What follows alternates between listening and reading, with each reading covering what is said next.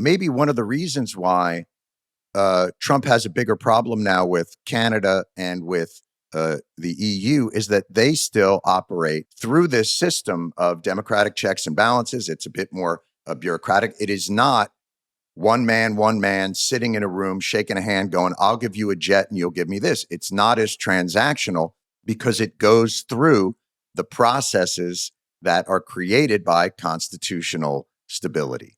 But if you remove that, you really are knocking away, you're hollowing something out that has worked for us for a very long time. Yes?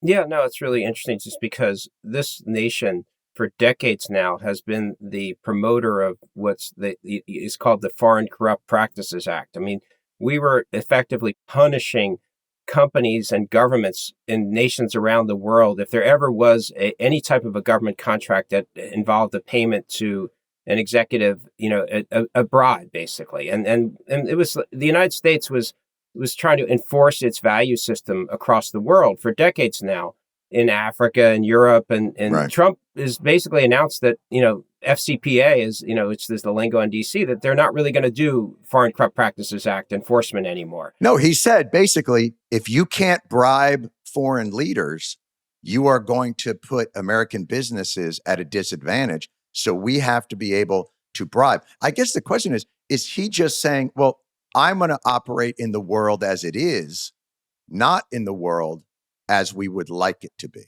I mean, I think the United States, to some extent, has succeeded in really discouraging that kind of corruption.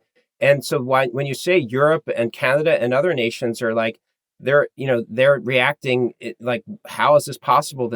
Because the United States actually successfully created a norm that now Trump is exploding.